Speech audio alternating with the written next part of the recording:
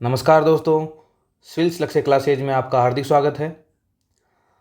हम नगरपालिका अधिनियम पढ़ रहे हैं और इसमें हमने अध्याय 1 से 5 तक कंप्लीट कर लिया है। उसके बाद हमारा अध्याय 6 था जो कि स्किप होता है क्योंकि हमारे सिलेबस में अध्याय 6 को शामिल नहीं किया गया है।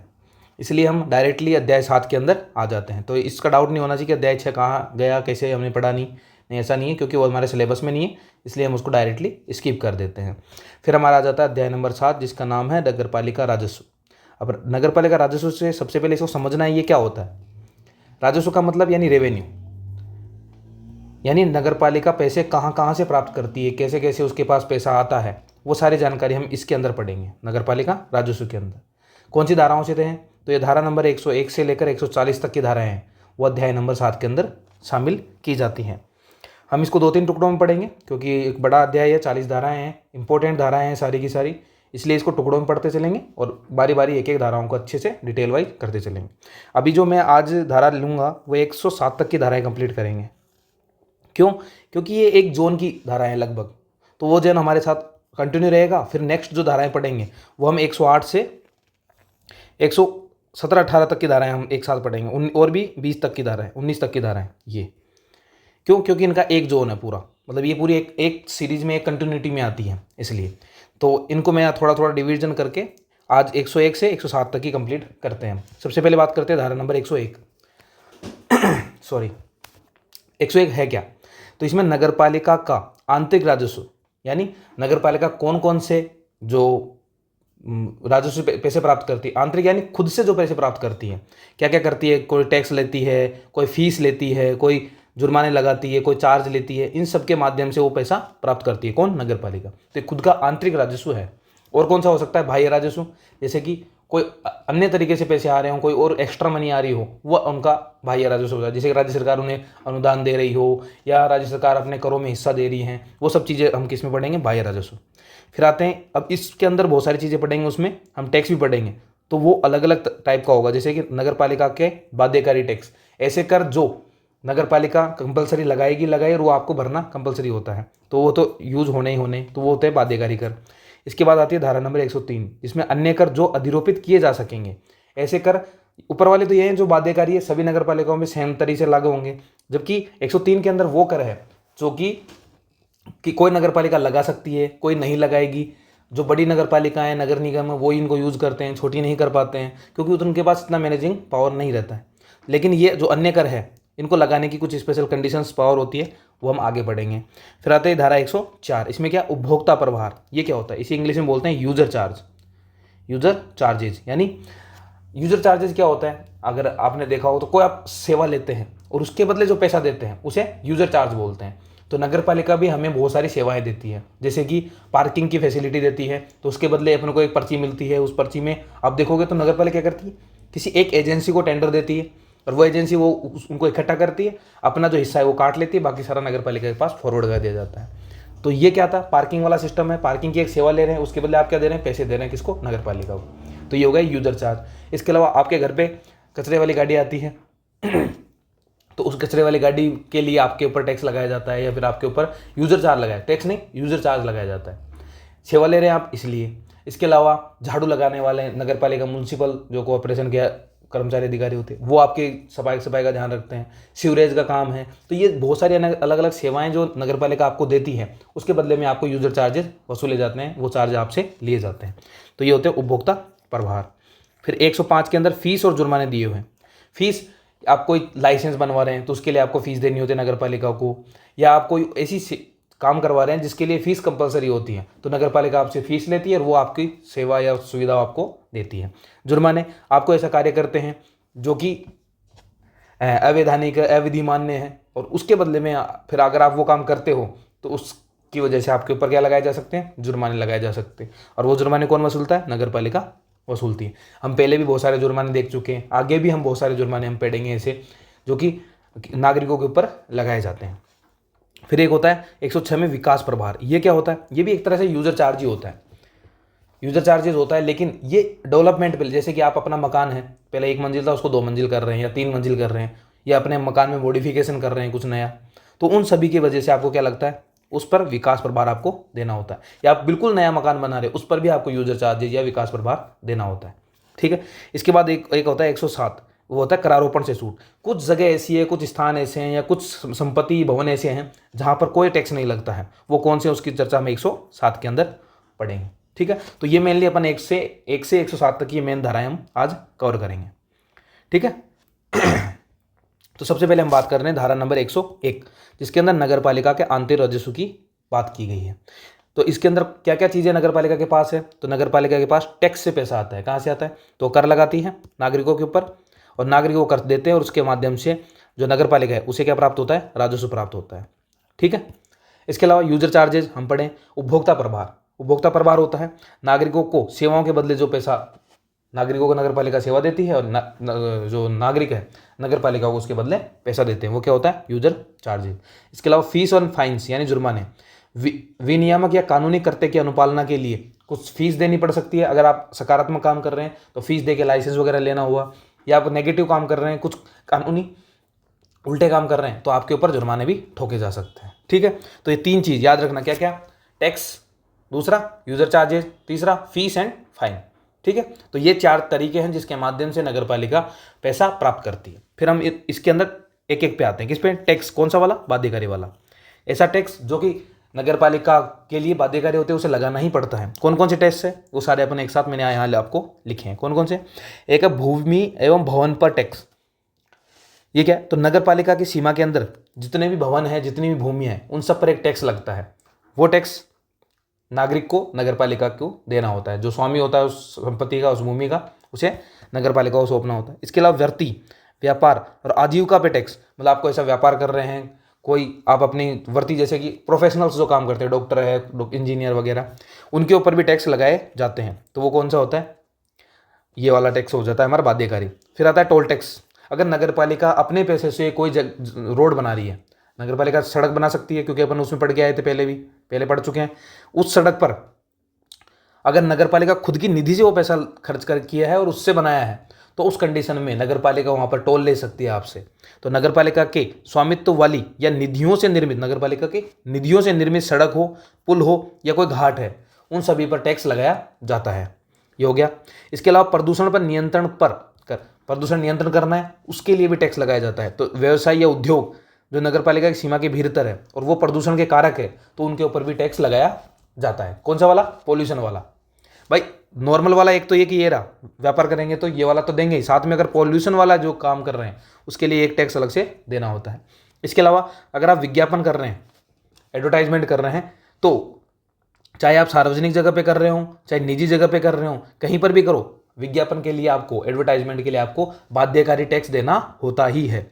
इसके अलावा अदर कर, कुछ अन्य कर भी हो सकते हैं, इंप्लीमेंट किए जा सकते हैं। कब कर सकते हैं? उसके लिए एक कंडीशन दी हुई। क्या? अगर भारत का संविधान कहता है कि राज्य सरकार वो कर लगा सकता है, अगर राज्य सरकार वो कर लगा सकता है तो नगर पालिका को वो कर ट्रांसफर किया जा सकता है, नगर पालिका वो बाध्यकारी कर लगा सकती है। आया समझ में कि कौन कौन से कर है? तो मेनली अपन इसमें 5 कर तो मेन पड़ते हैं और एक्स्ट्रा लगाए जा सकते हैं। 5 कौन कौन से? पहला है हमारे भूमि और भवन पर टैक्स, व्यापार वर्ती व्यवसाय पे टैक्स, इसके अलावा टोल टैक्स, इसके अलावा प्रदूषण करने वाले जो उद्योग होते हैं उन पर टैक्स, इसके अलावा विज्ञापन एडवर्टाइजमेंट का टैक्स। ठीक है। इसके अलावा अलग कर लगाने हैं तो क्या कंडीशन दी हुई है? अगर भारत का संविधान राज्य को ये पावर देता है कि वो वाला टैक्स लगा सकता है, तो राज्य वो पावर नगर पालिका को ट्रांसफर कर सकता है और नगर पालिका पे वो कर बाध्यकारी अप्लाई हो सकता है। ठीक है। अब ये एक नोट क्या है कि राज्य सरकार अगर राजपत्र में नोटिफिकेशन के माध्यम से नगर पालिका को क्या कर सकती है? नगर पालिका ने जो भी टैक्स लगाए हुए हैं उनकी जो रेट है, मान लो 10% की रेट से टैक्स लगा रखा है, तो उसे घटाकर 5 कर सकती है, 2 कर सकती है, 12 कर सकती है। इसके अलावा करों की जो कर है उसको कंप्लीटली भी डिस्ट्रॉय यानी खत्म कर सकती है, बिल्कुल खत्म कर देगी, फिनिश कर देगी। तो राज्य सरकार के पास एक्स्ट्रा पावर क्या है? एक्स्ट्रा पावर ये है कि नगर पालिका के द्वारा जो भी कर लगाए जा रहे हैं, बाध्यकारी भी हो चाहे वो, तो वो क्या करेगी? राजपत्र में नोटिफिकेशन जारी करेगी और जो कर है उसकी रेट को डाउन कर सकती है और उसे फिनिश भी कर सकती है। ठीक है, कंप्लीट। इसके बाद कर की दर का निर्धारण कैसे होगा? भाई जो कर है जो लगा रहे हैं उसका डिसीजन कैसे होगा? भाई कितने % से लगाना है, वो डिसीजन भी राज्य सरकार के द्वारा लिया जाता है। नगर पालिका की स्थानीय दशाओं और आवश्यकताओं को ध्यान में रखते हुए राज्य सरकार उन कर की दरों का निर्धारण करती है। ये हो गया हमारा धारा नंबर 102। तो 102 में हमने क्या क्या पढ़ा, वापस रिपीट कर देता हूँ। देखो नगर पालिका पर बाध्यकारी कर है, इसके अंदर कौन से हैं, 5 है। कौन कौन से? भवनों और भूमि पर कर, वर्ती व्यवसाय आजीविका पर कर, टोल टैक्स और प्रदूषण पर कर, और एक एडवर्टाइजमेंट वाला। अन्य कर लगाना है तो भारत के संविधान के अंदर होना चाहिए लिखा हुआ कि राज्य वो पावर है कि वो कर लगा सकता है, तो वो कर राज्य किसको ट्रांसफर कर सकती है? नगर पालिका को। अगर रेट कम करनी है या फिर उसको कर को समाप्त करना है तो राज्य सरकार गजट में नोटिफिकेशन निकालता है और नगर पालिका के द्वारा लगाए हुए करों को समाप्त कर सकता है, उसकी दर को कम कर सकता है। जो दर है वो डिसाइड कैसे की जाएगी? तो राज्य सरकार नगर पालिकाओं की आवश्यकताओं को देखेगा, उस आवश्यकताओं के माध्यम से उनकी रेट को ऊपर नीचे कर सकता है। ठीक है, ये हो गया हमारा 102 कंप्लीट। अब आ जाते हैं हम धारा नंबर 103, वेरी इंपॉर्टेंट है। ये क्या है? अन्य कर जो अधिरोपित किए जा सकते हैं। बाध्यकारी वाले हमने पढ़ लिए, बाध्यकारी के अलावा भी बहुत सारे टैक्स हैं। कौन कौन से हैं? ये कब लगाए जाएंगे? तो राज्य सरकार यदि सामान्य या विशेष आदेश के द्वारा नगर पालिका को पावर दे देता है कि वो कर लगाए और उस कर का उद्ग्रहण यानी वसूल, तो कर लगाने की और उसे वसूलने की पावर राज्य सरकार के द्वारा नगर पालिका को सामान्य या विशेष ऑर्डर के माध्यम से दी जा सकती है। इसका मतलब ये है इस लाइन का। तो पावर कहाँ से मिलेगी? राज्य सरकार से मिलेगी, और कर लगाने की भी और उसे वसूल करने की पावर भी दी जा सकती है। फिर आ जाते हैं हम कौन कौन सी ऐसी चीज़ें जिन पर ये टैक्स लगाए जा सकते हैं। तो मैंने इनको थोड़ा सा मॉडिफाई करके लिखा है। देखो, नगर पालिका के भीतर कोई भी वाहन है उन पर टैक्स लगाया जा सकता है। अगर आप पोर्ट के आसपास रह रहे हैं या किसी नदी के मुहाने के पास रह रहे हैं, अगर वहाँ पर जो लंगर डालने वाली नाव होती है उन पर भी टैक्स लगाया जा सकता है। इसके अलावा तीर्थयात्रियों पर, पर्यटकों पर टैक्स लगाया जा सकता है। इसके अलावा गैर आवासीय भवन में पार्किंग की स्थानों की कमी है तो टैक्स लगाया जा सकता है। इसका मतलब क्या है? मान लो आवासीय मतलब जहाँ पर लोग रह रहे हैं, रेजिडेंशियल है, वहाँ तो कोई प्रॉब्लम नहीं है, वो अपना जो पार्किंग है वहाँ कम ज़्यादा है तो चल जाएगी। लेकिन कमर्शियल यूज़ में आप कोई बिल्डिंग ले रहे हो, कमर्शियल यूज़ में कोई बिल्डिंग चल रही है, अगर वहाँ पे पार्किंग की व्यवस्था प्रॉपर नहीं है, रोड पे साधन लगाने पड़ रहे हैं, इधर उधर घुसेड़ने पड़ रहे हैं, तो उस प्रॉब्लम की वजह से नगर पालिका उसके बिल्डिंग वाले के ऊपर, उसके स्वामी पर टैक्स लगा सकती है कि आपकी पार्किंग प्रॉपर नहीं है, तो आपको जुर्माना, एक तरह से ये टैक्स क्या है, उस पार्किंग का अल्टरनेट देने के लिए टैक्स वसूल किया जाता है। ठीक है, तो अगर कमर्शियल यूज में आपके पास पार्किंग की अच्छी व्यवस्था नहीं है तो आपके ऊपर टैक्स लगाया जाएगा। इसके अलावा विज्ञापन संरचना हेतु ली गई भूमि या भवन पर टैक्स। मान लो कोई एडवर्टाइजमेंट लगाना है, भाई एडवर्टाइजमेंट पर टैक्स तो बाध्यकारी में आता है। किस में आता है? बाध्यकारी में। लेकिन एडवर्टाइजमेंट के लिए जो जगह ली है या जो भूमि ली है, जो भवन लिया है, उस भूमि, जगह, भवन पर जो टैक्स लगेगा वो किसके अंदर आएगा? अन्य कर के अंदर आएगा। किसमें आएगा? अन्य कर। ये दिमाग में सेट कर लो, दोनों चीज अलग अलग है। एडवर्टाइजमेंट पर जो कर लगेगा वो तो लगेगा बाध्यकारी में, एडवर्टाइजमेंट के लिए जो जगह और जो स्थान है उस पर जो टैक्स लगेगा वो अन्य कर के अंदर आएगा। दोनों में कंफ्यूजन बिल्कुल नहीं होना चाहिए। ठीक है, इसके अलावा रोशनी पर टैक्स लगाया जा सकता है। सभा, अगर आप कोई सभा कर रहे हैं तो उस पर टैक्स लगाया जा सकता है। अग्नि पर टैक्स लगाया जा सकता है। इसके अलावा स्टाम्प फीस पर भी टैक्स लगाया जाता है। पहले ये टैक्स कितना था? पहले मैक्सिमम 50% तक लगाया जा सकता था, लेकिन अब इसको कम करके 10% ही किया गया है। मतलब पहले इस पर सरचार्ज लगता था बस 50% तक, अब जो सरचार्ज है, जो अधिभार कहते हैं हम जिसे, हर सरचार्ज, वो अब 10% ही कर दिया गया मैक्सिमम। ठीक है, तो एक ही कंफ्यूजन नहीं होना चाहिए। इसके अलावा अन्य कर कौन कौन से हैं? तो ये वाली पावर संविधान ने, अगर संविधान देता है किसको? राज्य सरकार को, तो वही ऊपर वाली बात, बाध्यकारी वाली सेम बात यहाँ पर है कि अगर भारत का संविधान राज्य सरकार को ऐसा कर लगाने की पावर देता है तो वो पावर नगर पालिका के पास भी ट्रांसफर की जा सकती है। ठीक है, तो हमने क्या पढ़ा? कौन सा पढ़ा? तो हमने धारा 103 पढ़ा, जिसके अंदर बाध्यकारी के अलावा जो कर है उनके बारे में चर्चा की गई है। कैसे मिलेंगे? तो राज्य सरकार सामान्य विशेष आदेश के माध्यम से नगर पालिका को कर लगाने की और उसे वसूल करने की पावर दे सकती है। कौन कौन से कर हो सकते हैं? वाहन पर जो टैक्स है वो हो सकता है, लंगर डालने वाले जो नाव है उस पर हो सकता है, कोई तीर्थयात्री है या पर्यटक है उन पर टैक्स लगाया जा सकता है, अग्नि पर टैक्स लगाया जा सकता है, रोशनी पर लगाया जा सकता है, सभा पर लगाया जा सकता है। अगर कमर्शियल यूज में आप कोई बिल्डिंग ले रहे हैं और वहाँ पार्किंग की व्यवस्था प्रॉपर नहीं है, कम है, तो वहाँ पर टैक्स लगाया जा सकता है। विज्ञापन की संरचना जिस भवन बिल्डिंग पर बनी हुई है उस पर टैक्स लगाया जा सकता है। स्टाम्प फीस पर टैक्स लगाया जा सकता है। पहले इस पर सरचार्ज 50% मैक्सिमम होता था, लेकिन इसको कम कर कर मैक्सिमम 10% कर दिया गया है। इसके अलावा अगर अन्य कोई भी और टैक्स लगाना है तो उसके लिए अगर भारत का संविधान राज्य को पावर देता है तो वह पावर नगर पालिका को ट्रांसफर की जा सकती है। ठीक है, यदि राज्य सरकार को किसी कर को अधिरोपण की शक्ति संविधान में नहीं दी गई है तो ऐसा कर उद्ग्रहित नहीं किया जा सकता। सिंपल बात, वही बात इसमें लिखी हुई है। फिर आ जाते हैं हम धारा नंबर 104 पे। इसमें क्या है? उपभोक्ता प्रभार उद्ग्रहित करने की शक्ति। ये क्या है? यूजर चार्जेस वाली बात है कि ये पावर कैसे है, किस किस चीज़ पे आप यूजर चार्जेस ले सकते हैं, किस किस प्रकार के हो सकते हैं, उसकी चर्चा यहाँ पर की गई। जल निकास या मल वहन यानी सीवरेज के ऊपर आपके क्या लग सकता है? सरचार्ज लगाया जाता है।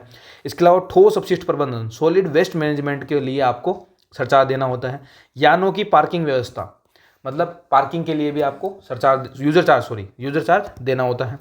इसके अलावा सार्वजनिक मार्गों पर निर्माण सामग्री या मलबा डालना है आपको, मतलब आपके मकान का काम चल रहा है, ठीक है। अपन जनरली देखते हैं, अगर गांव में भी देखें या सिटी में भी देखें, तो हम अपना मकान चालू कर देते हैं, बगल में बजरी ईंट सब रोड पे लगा देते हैं और काम चालू कर देते हैं। लेकिन इसके ऊपर भी आपको नगर पालिका को एक यूजर चार्ज देना होता है, लेकिन कोई नहीं देता है। लेकिन अगर आप ऐसा नहीं करते हैं तो आपके ऊपर जुर्माना भी ठोका जा सकता है, वो टैक्स भी वसूला जाता है, सब काम होता है, यूजर चार्ज भी वसूला जाता है। लेकिन अभी उतना प्रोग्रेस पे नहीं है, और इसको प्रोग्रेस पे करने की ज़रूरत है, क्योंकि उसकी वजह से बहुत सारा लोग परेशान होते हैं, मवेशी परेशान होते हैं, पूरा ट्रैफिक जाम रहता है, वहाँ कीचड़ हो जाता है, बहुत सारे काम होते हैं। इसको सुधार करने की आवश्यकता है। वही बात करें राज्य सरकार के पूर्व अनुमोदन पर अन्य नागरिक सेवाओं पर भी ऐसा टैक्स यूजर चार्ज लगाया जा सकता है। वही सिंपल बात है। तो क्या क्या मेनली, एक तो सीवरेज पे, सॉलिड वेस्ट मैनेजमेंट पे, पार्किंग पे, और अगर आप कोई भवन का काम कर रहे हैं और उसका जो मलबा वगैरह है या उसके जो निर्माण सामग्री अगर आप सार्वजनिक मार्ग पे डालते हैं, उसके ऊपर भी आपको यूजर चार्ज देना होता है। और कोई नया आपको लगाना है, उससे पहले आपको राज्य सरकार के अनुमोदन की आवश्यकता होती है, ठीक है। और राज्य सरकार और क्या कर सकती है, तो राज्य सरकार जो यूजर चार्ज है उसकी दर का निर्धारण करती है, क्या किस रेट से लगाना है। यूजर चार्ज को समाप्त भी कर सकती है लोक हित में, और यूजर चार्ज की दर है उसको कम भी कर सकती है, किसमें, लोक हित में, जनता की भलाई के लिए। तो ये क्या है, धारा 104 है। खत्म। आगे चलें, हम आ जाते हैं धारा नंबर 105 के अंदर। वो क्या है, तो ये फीस और जुर्माना उद्ग्रहित करने की शक्ति के बारे में चर्चा है इसके अंदर। ये क्या है तो इसके अंदर मेनली अगर आपको जन्म प्रमाण पत्र बनाना है, मृत्यु प्रमाण पत्र बनाना है, तो इसके लिए आपको एक फीस जमा करानी होती है नगर पालिका को। नगर पालिका उसके बाद उसको लेती है और उसके बाद आपको जन्म या फिर मृत्यु प्रमाण पत्र बना के देती है। इसके अलावा अगर कैंप वगैरह होते हैं वहाँ पे फ्री भी बनाए जाते हैं, ऐसा नहीं है। इसके अलावा भवन निर्माण है, जब आप कोई भवन बनाते हो तो उसका आप क्या बनाते हैं, एक नक्शा बनाते हैं, और उस नक्शे को आपको अप्रूव करवाना होता है। कहाँ से, नगर पालिका से, नगर निगम से, नगर परिषद से। वो जो मंजूरी करवाते हैं उसके लिए आपको क्या देना पड़ता है, एक टैक्स देना पड़ता है, एक फीस देनी पड़ती है आपको, टैक्स नहीं सॉरी फीस देनी पड़ती है। और जो फीस है वही क्या होती है, एक तरह से नगर पालिका का राजस्व होता है। इसी की तरह जब आपका मकान पूरा हो जाता है, एक तो बनाने से पहले आपका जो नक्शा है वो अप्रूव होता है, उसके लिए आपको फीस देनी होगी। और जब आपका मकान पूरा बन गया, कंप्लीट ऊपर तक पूरा बन गया, और उसको बनने के बाद आपको एक पूर्णता प्रमाण पत्र प्राप्त करना होता है, क्या कि आपका मकान कंप्लीट हो चुका है, कोई प्रॉब्लम नहीं है। उसके लिए आपको एक पूर्णता प्रमाण पत्र चाहिए होता है, और वो प्रमाण पत्र प्राप्त करने के लिए भी आपको एक फीस देनी होती है, किसे, नगर पालिका को, ठीक है। इसके अलावा लाइसेंस की बात करें तो बहुत सारे लाइसेंस लेने होते हैं आपको। अगर आप कोई भूमि या भवन को कमर्शियल यूज में लेना चाहते हैं, भाई अगर आप उसमें रेजिडेंशियल यूज लेते हैं तो आपको कोई प्रॉब्लम नहीं है, वो आराम से आप ले सकते हैं। लेकिन आपको कोई कमर्शियल यूज में कोई चीज़ लेनी है, गैर आवासीय यूज में लेनी है, तो उस कंडीशन में आपको एक फीस देनी होती है, और उसे कन्वर्ट करवाते हो आप किसी भी रेजिडेंस को उसके अंदर। अगर आपको घर में पशु रखना है, गांव में ये प्रॉब्लम नहीं है, आपको कोई टैक्स नहीं देना होता है, कोई कर नहीं देना होता है, कुछ नहीं देना होता है, ना कोई फीस देनी होती है। लेकिन अगर आपको गाँव के अंदर सिटी के अंदर आपको पशु रखना है, तो आपको उसके लिए लाइसेंस लेना होता है, उस लाइसेंस के लिए आपको फीस देनी होती है। इसके अलावा प्रोफेशनल लाइक्स प्लम्बर वगैरह, कोई भी प्लम्बर होता है तो उसको अगर अपना प्रॉपर लाइसेंस चाहिए होता है, प्लम्बर है, इलेक्ट्रिशियन है, इनको अगर लाइसेंस चाहिए होता है तो उसके लिए नगर पालिका में फीस जमा कराओ, वो आपको ऑथराइज कर देते हैं प्लम्बिंग के लिए, ठीक है। इसके अलावा आपके लोक मनोरंजन के स्थल जैसे कि होटल है, सिनेमा घर है, बहुत सारी और चीज़ें, अगर वो सब के लिए भी लाइसेंस चाहिए तो वो सबको क्या देना पड़ता है, अपना फीस देना होता है। आपके विज्ञापन हेतु जो स्थान है, भाई कोई विज्ञापन करना है आपको, उसके लिए वो नहीं देखते आप प्लेटफॉर्म लगा के ऊंचा सा पिलर लगाते हैं, उसके ऊपर एडवर्टाइजमेंट दिखाते हैं। आप पुलिया वगैरह पे देखा होगा, अपने गोपालपुरा पुलिया पे कहीं भी देखो लो आपको मिल जाएगा ये। तो वो जो स्थान होता है उस पर क्यों भी लाइसेंस लेना होता है उस स्थान के, उस पोल लगाने के लिए, तो उस लाइसेंस के लिए भी आपको क्या देना पड़ता है, फीस देना होता है। इसके अलावा आपको वधशाला, अस्पताल, भंडार गृह, निजी बाजार कुछ भी खोलना है, कटला वगैरह खोलना होता है, तो उसके लिए लाइसेंस चाहिए होता है, और उसके लिए आपको फीस देके लाइसेंस प्राप्त करना हो। और अन्य बहुत सारे तरीके हैं जहाँ पे लाइसेंस चाहिए होगा आपको किसी भी कंडीशन में।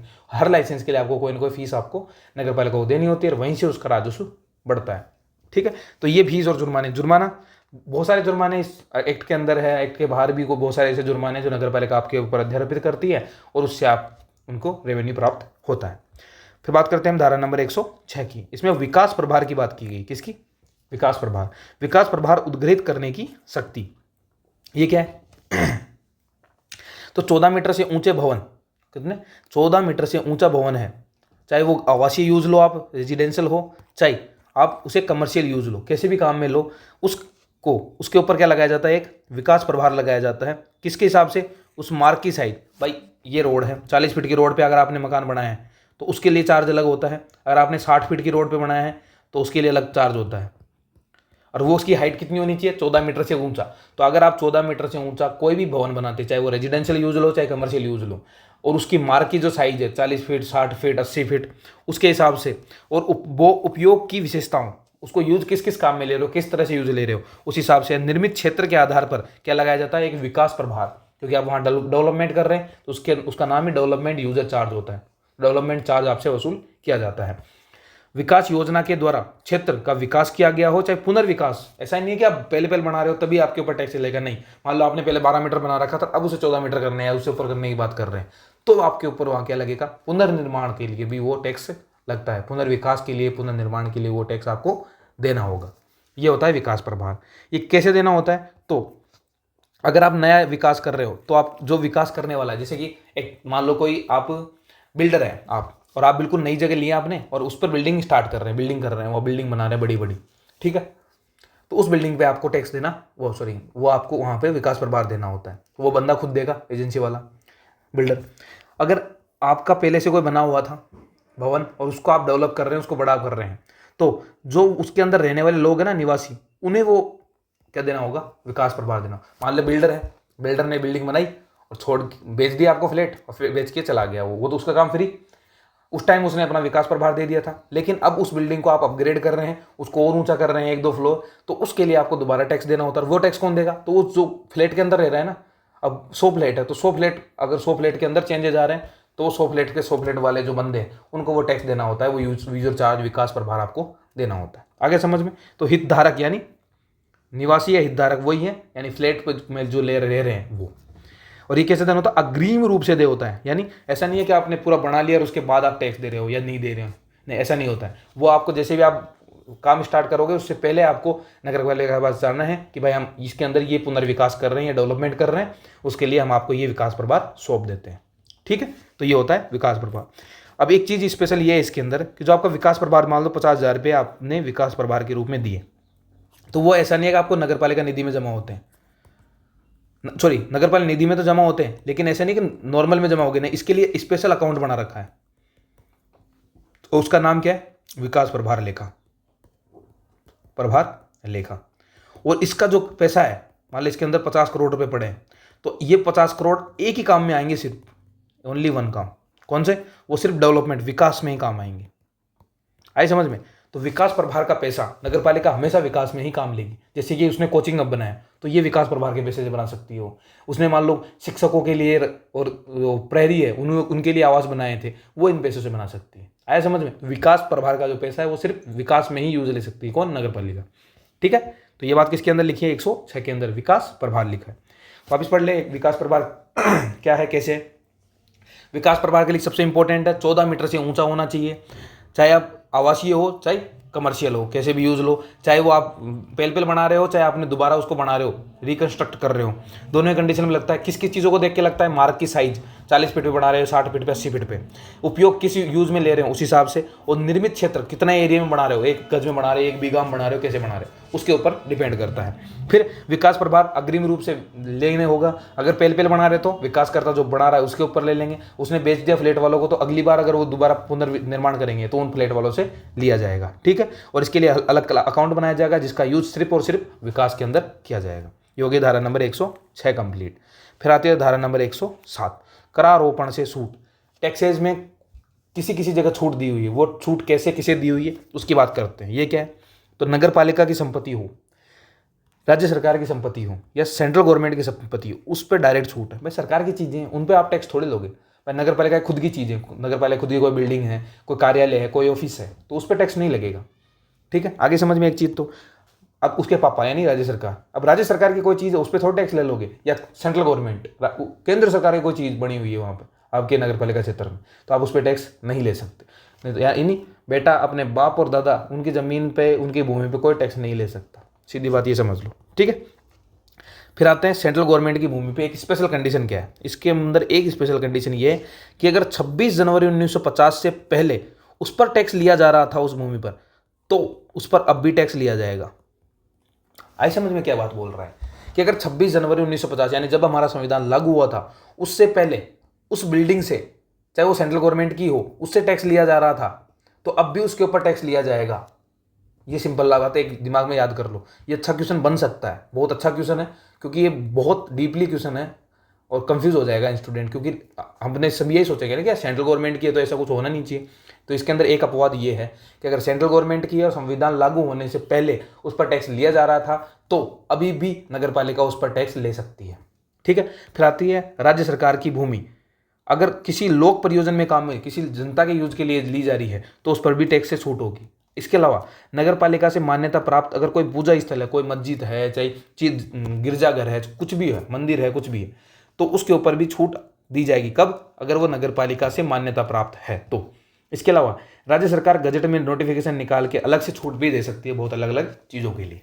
ठीक है, तो 107 के अंदर क्या क्या लिखा है कि टैक्स से कहाँ कहाँ पर किसे किसे छूट दी जाएगी। तो तीनों को छूट है, नगर पालिका की हो, राज्य सरकार की हो, सेंट्रल गवर्नमेंट की जगह हो, उस पर छूट है। लेकिन सेंट्रल गवर्नमेंट की उस जगह पर छूट नहीं होगी, उस भवन पर छूट नहीं होगी जहाँ पर संविधान लागू होने से पहले टैक्स लिया जा रहा था, नगर पालिका अब भी उस पर टैक्स लेगी। इसके अलावा स्टेट गवर्नमेंट की कोई जगह है, भूमि है, भवन है, अगर वो लोक परियोजना में यूज लिया जा रहा है तो उस पर टैक्स नहीं लगेगा। इसके अलावा अगर नगर पालिका से मान्यता प्राप्त कोई पूजा स्थल है तो उस पर भी टैक्स नहीं लिया जाएगा। इसके अलावा राज्य सरकार अगर गजट में नोटिफिकेशन करके कोई जगह को बोल दे कि भाई इस पर टैक्स नहीं लेना है तो उस पर टैक्स नगर पालिका नहीं लेगी। तो ये हमारे करारोपण से छूट की बात, जो कि हमारे धारा नंबर 107 में लिखी हुई है। तो आज की धारा हम 107 तक कवर कर ली है। हम एक बार फटाफट से पूरा रिकेप मार देते हैं 107 तक। क्या क्या पढ़ा हमने? तो सबसे पहले हमने पढ़ा था नगर पालिका का अंतर राजस्व। आंखें बंद करो, याद करने की कोशिश करो। क्या क्या पढ़ा था? 3 चीजें पढ़ी थी। क्या? एक पढ़ा हमने टैक्स, दूसरे पढ़ा हमने, बोलो, हमने पढ़ा यूजर चार्जेस, फिर हमने पढ़ा फीस और फिर हमने पढ़ा फाइन। 4 चीजें कौन कौन सी है? सिंपल टैक्स, यूजर चार्ज और fees and fine. Fees and fine. ठीक है, आगे चले। ठीक है, फिर आते हैं हमें धारा नंबर 102। वो क्या है? तो नगर पालिका के बाध्यकारी कर कितने बताए थे? 5। कौन कौन से? भूमि भवन पे टैक्स, दूसरा वर्ती व्यापार आजीविका पे टैक्स, तीसरा टोल टैक्स, चौथा प्रदूषण पर टैक्स, फिर 5वां विज्ञापन पर टैक्स। और अगर छठा नया लगाना है तो कैसे लगाएंगे? अगर संविधान बोलता है राज्य सरकार के पास उस टैक्स को लगाने की पावर है तो राज्य सरकार वो टैक्स की पावर नगर पालिका को ट्रांसफर करके वो टैक्स लगवा सकता है। ये सारे टैक्स कैसे? बाध्यकारी है, नगर पालिका को लगाना कंपलसरी होता है। ठीक है, अगर नगर पालिका को इस टैक्स की रेट को कम करना है या समाप्त करना है तो राज्य सरकार को इसकी रेट की कम करना है या उसको समाप्त करना है तो क्या करना होगा? गजट में नोटिफिकेशन जारी करके ये काम किया जा सकता है। जो कर है उसकी रेट को फिक्स कौन करता है? राज्य सरकार करेगी। कैसे करेगी? जो नगर पालिका उसकी स्थानीय दशाएं और उसकी आवश्यकताओं को देखते हुए करेगी। फिर आ जाते हैं हम धारा नंबर 103 पर। वो क्या है? तो अगर कोई अन्य टैक्स है वो कैसे लगाया जाएगा? तो राज्य सरकार क्या करेगी? स्पेशल या सामान्य कोई आदेश के द्वारा नगर पालिका को ये पावर दे सकती है कि वो कर लगाए और उसे वसूल करे।